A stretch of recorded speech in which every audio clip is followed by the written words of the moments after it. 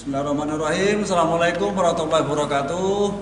Bapak, Ibu evaluator, izinkan saya Suyono, PD Suara Madya dari Pusat KMP Makassar. Pada kesempatan ini saya mau menyampaikan skenario pembelajaran untuk materi akuntabilitas kinerja. Materi ini ada di pelatihan kepemimpinan administrator. Di dalam pelatihan kepemimpinan administrator ada 4 agenda, di mana 4 agenda itu saling berkaitan antara satu dengan lainnya. Agenda itu adalah, pertama adalah agenda kepemimpinan Pancasila dan nasionalisme. Itu yang pertama. Kemudian berikutnya adalah ada agenda kepemimpinan kinerja. Lalu yang ketiga adalah agenda manajemen kinerja, dan yang terakhir adalah agenda aktualisasi kepemimpinan. Untuk materi akuntabilitas kinerja itu posisinya adalah ada pada agenda yang ketiga, yaitu di agenda manajemen kinerja. Untuk materi manajemen akuntabilitas kinerja itu, deskripsi materi pelatihannya adalah mata pelatihan ini membekali peserta dengan kemampuan memahami dan menerapkan prinsip-prinsip akuntabilitas kinerja berkaitan dengan pelaksanaan tugas dan jabatannya. Itu adalah deskripsinya. Kemudian hasil belajar atau tujuan yang mau dicapai itu setelah mengikuti pembelajaran pada pelatihan ini, peserta diharapkan mampu mengidentifikasi masalah akuntabilitas dan merumuskan langkah-langkah upaya perbaikan akuntabilitas di unit organisasinya masing-masing, serta mengaktualisasikan akuntabilitas kinerja dalam rangka peningkatan kinerja di unit organisasinya. Untuk tujuannya atau indikator keberhasilannya ada 4. Yang pertama yaitu peserta diharapkan mampu memahami nilai-nilai dasar dan konsep akuntabilitas serta penerapannya etos kerja pelayanan publik dalam kepemimpinan administrasi. Yang kedua, mampu mengidentifikasi masalah akuntabilitas, dalam ini adalah risiko dan kesalahan akuntabilitas. Yang ketiga adalah mampu merumuskan langkah atau upaya membangun budaya akuntabilitas. Dan yang keempat adalah mampu merumuskan langkah atau upaya komunikasi dan koordinasi akuntabilitas dalam organisasinya. Untuk materi akuntabilitas kinerja ini, alokasi waktunya semuanya ada 9 CP. Ya, kurang lebih adalah 405 menit. Itu adalah alokasi total.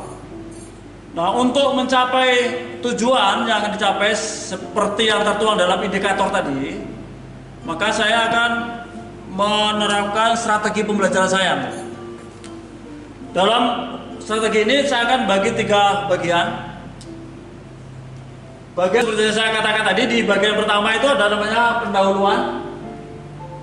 Di situ saya akan isi dengan perkenalan, kemudian saya isi dengan game, lalu setelah itu saya akan membacakan deskripsi dan tujuan daripada materi akuntabilitas kinerja.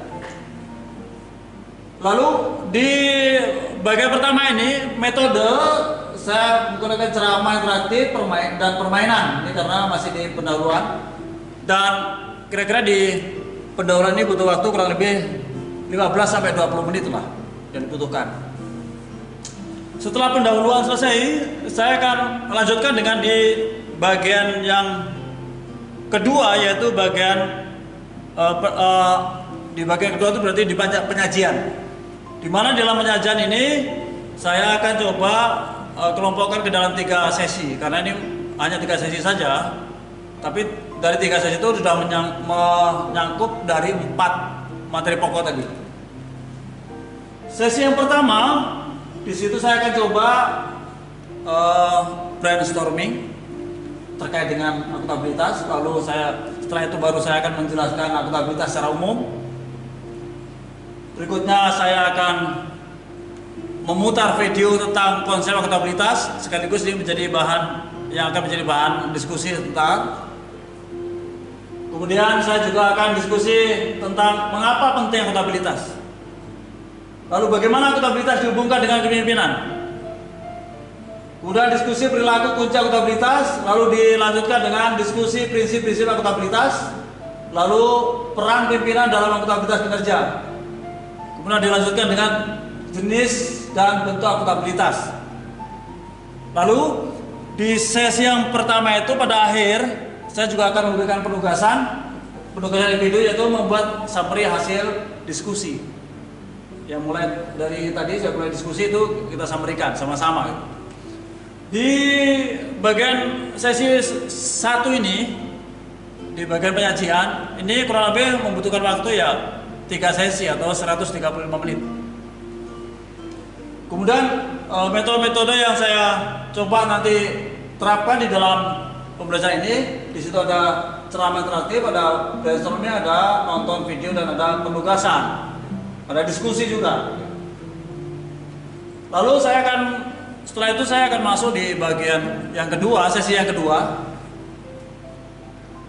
Di sesi kedua ini, saya langsung akan memutarkan video tentang korupsi ternak petani. Ya. Ini harapan saya dengan memperlihatkan, menayangkan ini nanti, ini juga akan menjadi bahan diskusi. Oleh karena itu maka pada tahap berikutnya adalah ada diskusi tayangan video. Dan nanti terakhir itu diskusi kelompok, ya, di mana tiap kelompok itu, setiap kelompok nanti akan menyusun masalah-masalah akuntabilitas.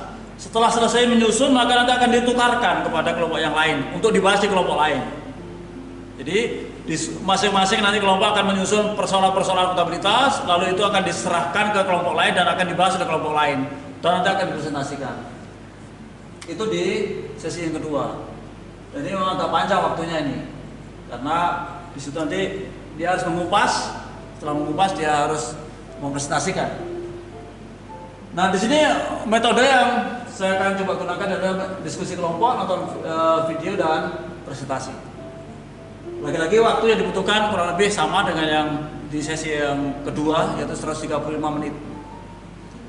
Lalu saya akan masuk di sesi yang ketiga dari bagian yang kedua ini, di mana di sesi ketiga ini pertama saya akan merumuskan langkah-langkah merumuskan langkah-langkah membangun budaya akuntabilitas.